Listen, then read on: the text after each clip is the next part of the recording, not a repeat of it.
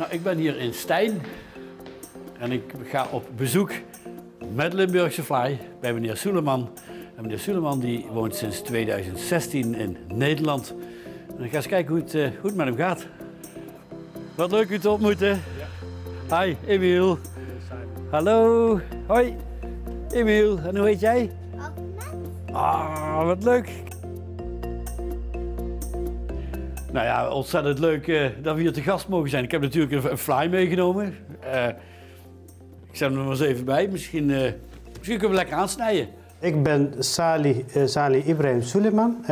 Ik ben uit Eritrea gekomen. Ja. 2015, eind van 2015. En 1 jaar in de SSC gezet in Rosmalen en dan in Maastricht. En vanaf 2016 ben ik in Stein, woon ik in Stein. Mag ik vragen waarom je Eritrea verlaten hebt? Het is een hele mooie vraag. In Eritrea hebben wij een dictator, we hebben geen wet, we hebben geen vrijheid. Het is eigenlijk geen leven. Die is voor mij. Ja.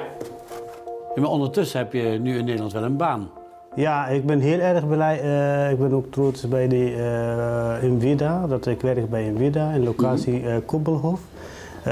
In het begin heb ik Wat doe je daar precies? Ik doe de mensen helpen met eten geven en voor zorgen en ja, gewoon mensen helpen eigenlijk. Ontzettend bedankt voor de gastvrijheid. Dankjewel voor jullie ook. Heb je veel contact met de buren? We hebben heel veel contact. Vanaf het moment in 2000 hadden we een burenfeestje gehad.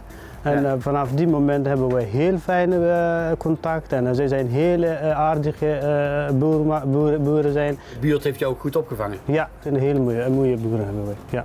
Maar heb jij nou nog een advies aan mensen die beginnen met inburgeren? In het begin moeten de mensen eigenlijk gewoon heel hard werken, initiatief nemen tonen. En dan ook gemeenten en ja, de andere vrijwilligersorganisaties moeten helpen, ook mensen begeleiden te combineren samen met werk. Voel je je ook al een beetje Limburger? Jazeker. Ja. Ja, soms spreek ik gewoon vanzelf de dialecten, gewoon even kijken, even loeren zeg ik maar. Dat komt vanzelf eigenlijk.